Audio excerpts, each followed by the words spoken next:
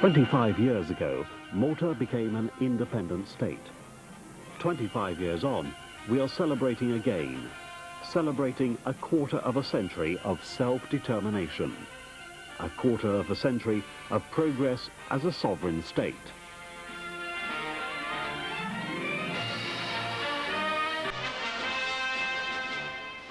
So, as we stand on the threshold of a new and exciting decade, it seems timely to remind ourselves of where and how this era of our history began. In September of 1964, the historic month of independence. Independence Day was set for September the 21st, 1964, but preparations for the occasion had been underway many months earlier. The streets were bedecked with national flags.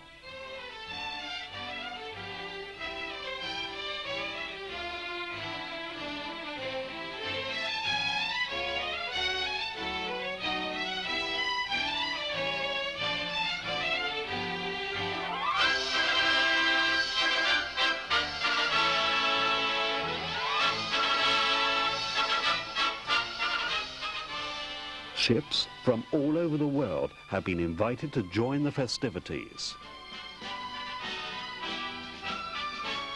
But the occasion, befitting its importance, was a time to take stock of the past as well as to look forward to a sovereign future. Speeches and exhibitions outline the island's long, exciting and sometimes tragic march to independence.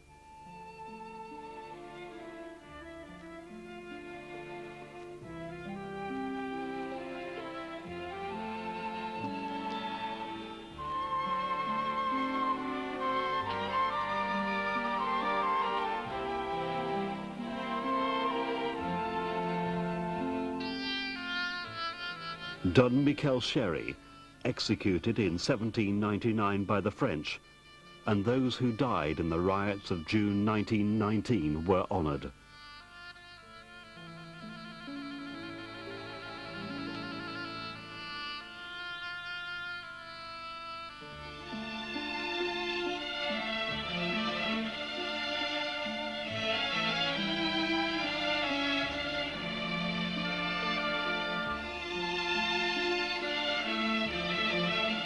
As was the memory of those who gave their lives in World War II.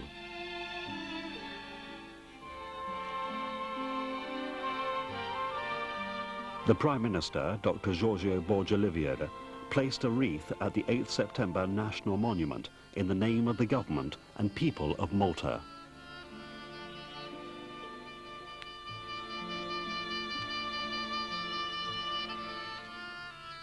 But the major emphasis was on the future.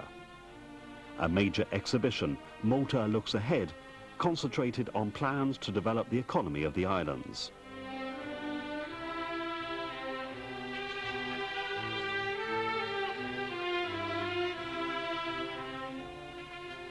Exhibits focused on the long-term formula for economic success, expenditure on and commitment to industry, tourism and agriculture, and parallel development of the infrastructure of education, communications and essential services.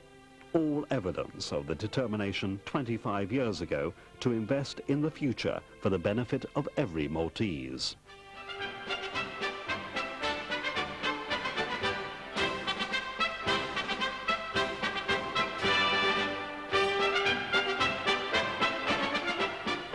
The build-up of Independence Day was marked by the arrival of numerous guests and delegates from abroad.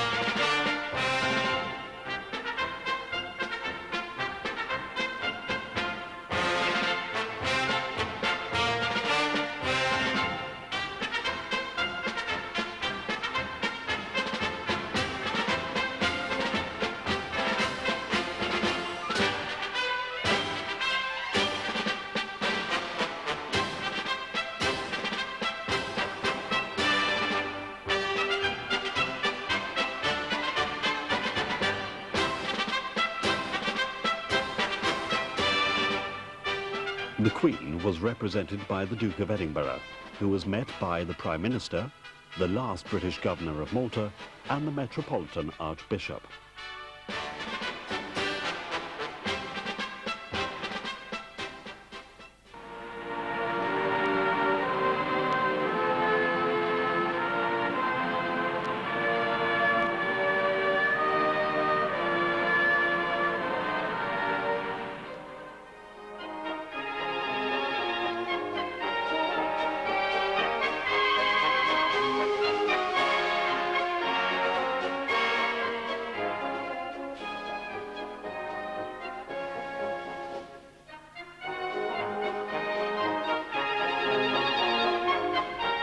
The welcome continued at Verdala Palace at the evening garden party, organised by the governor in honour of the arriving guests.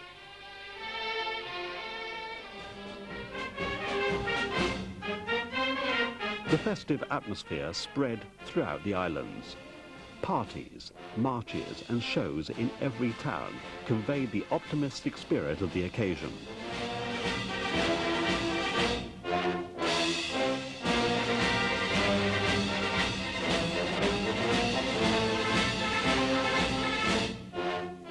Nothing perhaps typified the historic nature of the event than the massive and colourful pageant in Valletta on the morning before Independence Day. Malta's rich history and culture were depicted in a series of vignettes that owed their origins from prehistory to independence. The megalithic temples built by the first Maltese.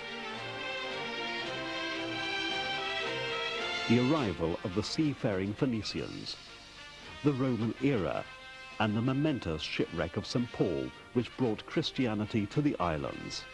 The Arabs, the Normans, and the feudal lords came and went. Malta's spirit survived.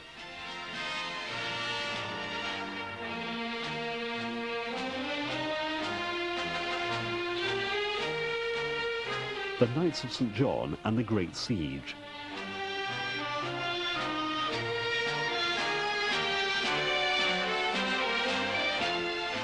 The revolt against the French, the long association with Britain culminating via the 1921 Constitution, the George Cross, independence.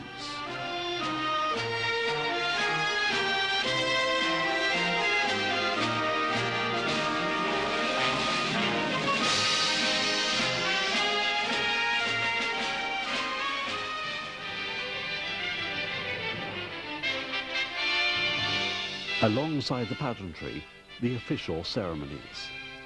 Dr. George Borge-Olivier, on behalf of the people of Malta, received gifts and congratulations from representatives of foreign governments.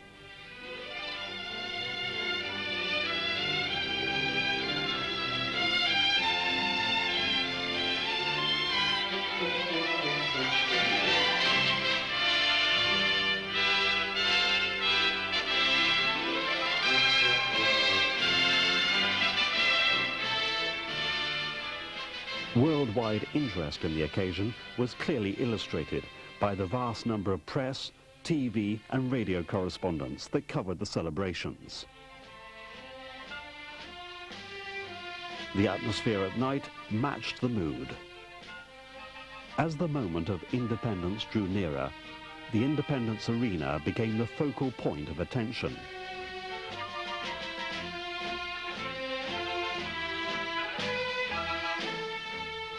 Following an official banquet at the Hotel Phoenicia, the Prime Minister and official delegates and representatives joined the thousands in the arena.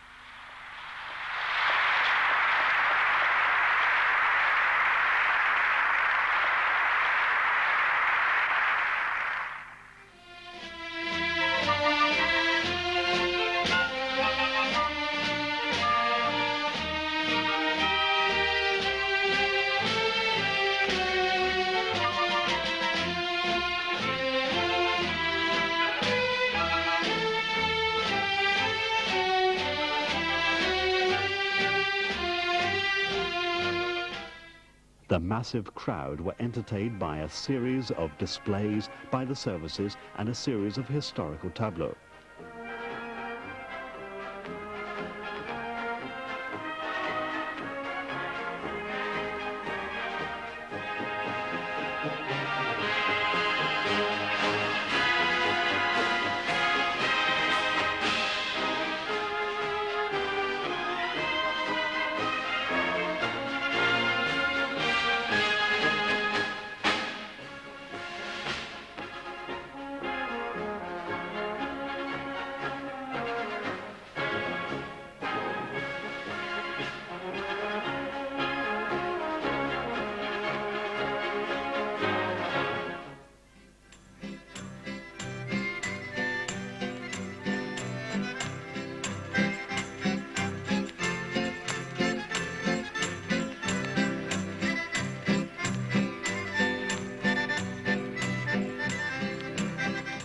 But the most emotional moment for the Prime Minister and every Maltese and Gozitan came at midnight.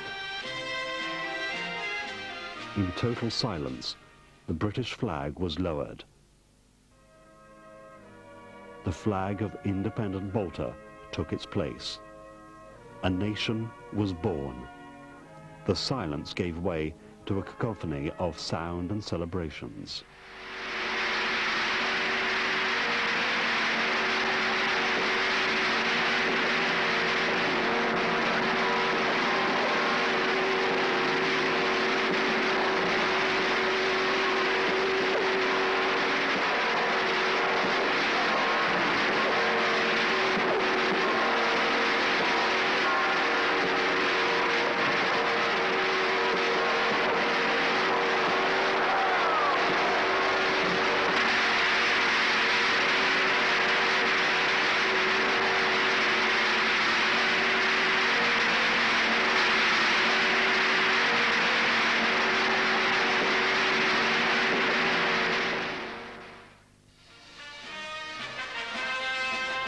The morning of September 21st, 1964, the first morning of independence.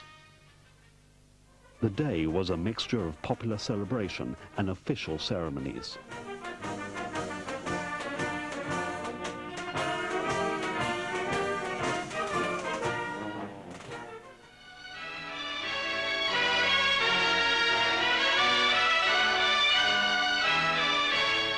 The swearing-in ceremony and the handing over of the constitutional instruments to the Prime Minister.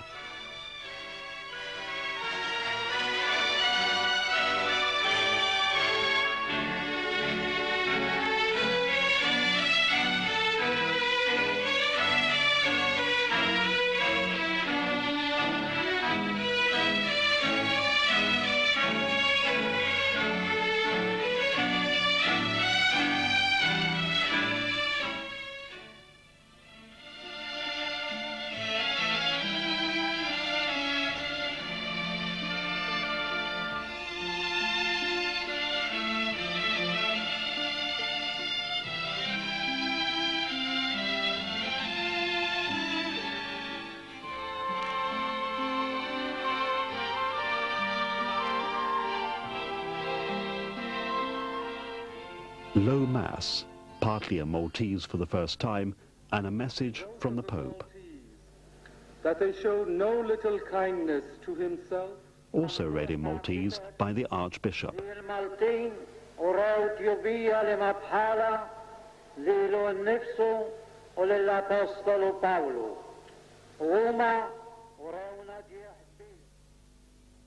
The Governor-General, the Prime Minister, and the Cabinet were officially sworn in.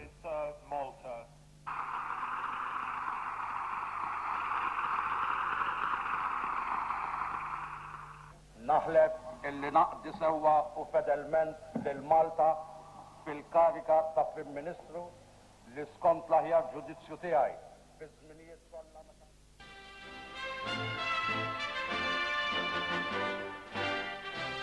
The first independent government was in place, yet the most symbolic acts were yet to come.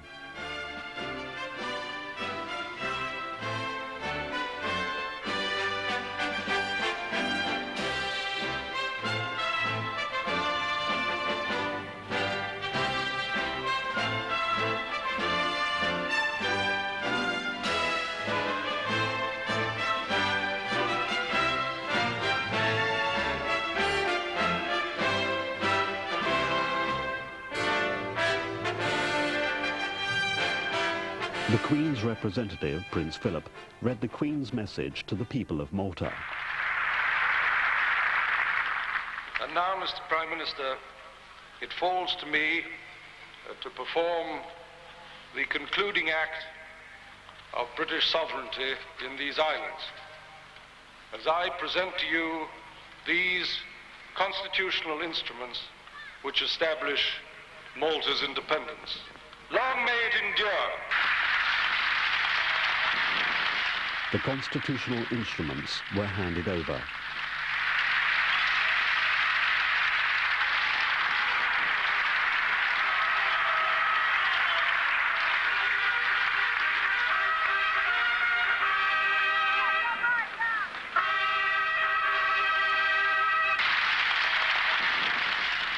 The Prime Minister, like everyone present, was visibly moved as he spoke. Illum illi qed naraw il-bandira tagħna tperper fuq gżira indipendenti, nifraħ magħkom u niftakar f'dawk kollha illi qabilna min ftit u min wisq, min b'mod u min bieħor ħadem biex jara dil-ġurnata. Nirringrazzjaw l-Alla illi tagħna x-xorti illi nkunu aħna illi flimkien qegħdin naraw ir-rappreżentant speċjali tal-Maestà tagħha itina dokument ta' Kostituzzjoni li tagħmel Malta indipendenti u sovrana.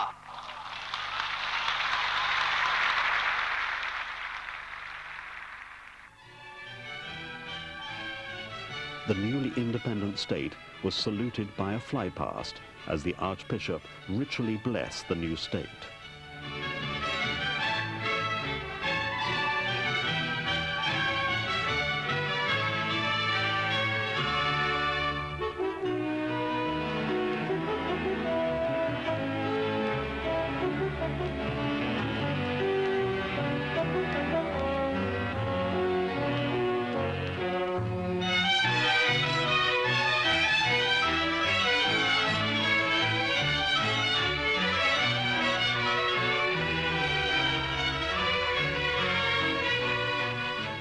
Following the presentation of honorary degrees to the Prime Minister, Governor-General and the Duke of Edinburgh by the University of Malta, a commemorative plaque was unveiled at the Palace Valletta, celebrating the date of independence. A momentous day was concluded by the Independence Ball at the Palace, attended by Maltese and foreign dignitaries.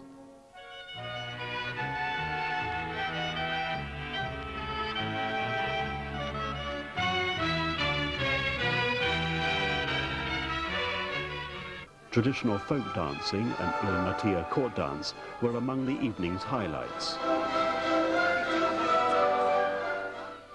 The next morning saw the official state opening of Parliament, complete with high ceremony worthy of the occasion.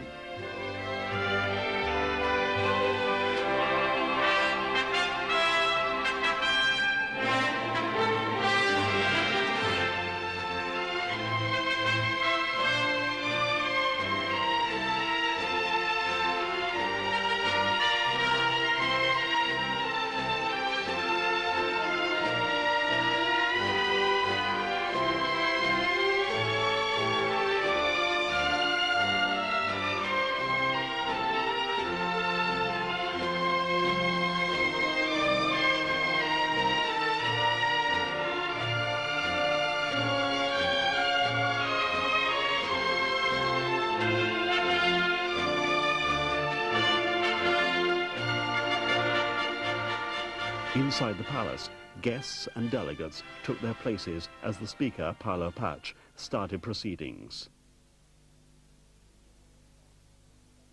Set out in the Malta Independence Order 1964, our Parliament of Malta has been summoned. The Duke of Edinburgh's keynote speech spoke of the onset of a new era and the opportunities and challenges which, looking back over 25 years of progress, Malta has met with relish. Which come in the wake of the change to independent status are by no means light, but the courage and tenacity which my people in Malta have shown in the past are sufficient evidence of their ability to deal with the new task. Dr. Borge-Olivier's reply was brief, yet loaded with historic overtones. We are particularly grateful that Her Majesty has been graciously pleased to entrust to Your Royal Highness the execution of her command, to present to me the constitutional instruments embodying the independence of Malta, and to open on her behalf this first session of Parliament of an independent Malta.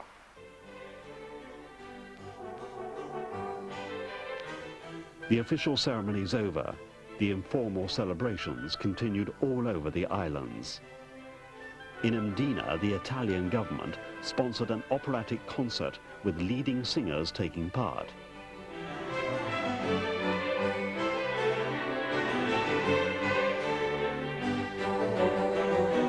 The final moments of the independence celebrations belong to those who, today, have brought Malta to its present level of success and prosperity, the children of 25 years ago. Thousands assembled in the arena and greeted the Prime Minister.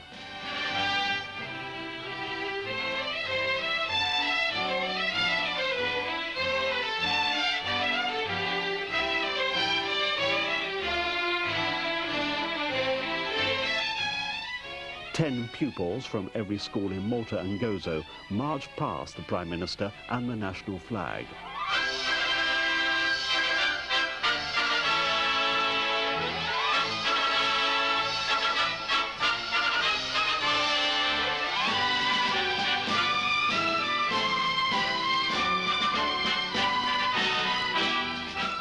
Short speeches were followed by the formation by children of the symbolic words, Malta, Indipendenti.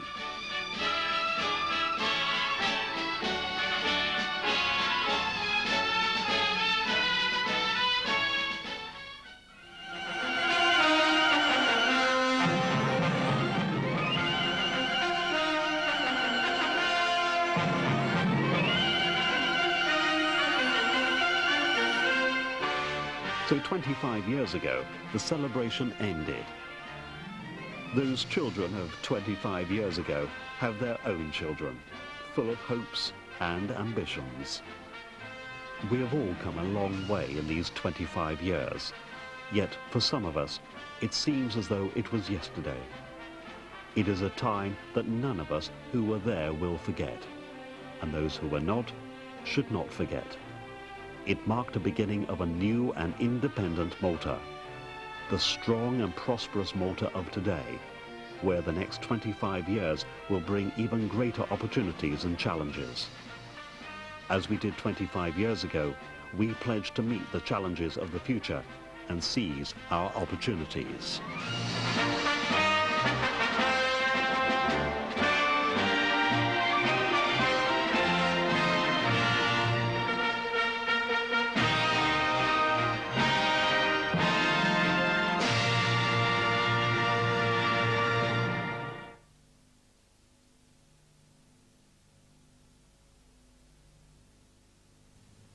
For those of us who are old enough, the pictures we've just seen revive memories of the big festivities that we participated in 25 years back when Malta gained independence. That feeling has accompanied us throughout the 25 years that have gone by. Obviously, we had difficulties in the past, but we came out of those difficulties strengthened in our determination to build a good future for Malta and the Maltese. And I think that we can safely say that the experience of the 25 years that have gone by has strengthened this determination, and we can now look forward with even more confidence in our future than we did 25 years back. We have good reason to be so confident about Malta's future. We have over the years consolidated our democracy. We have consolidated our economic setup. We have built for ourselves a very good social security system. We can guarantee for all of us, Maltese and Gozatans living in Malta, for all those who want to live in Malta, a future that is going to be bright.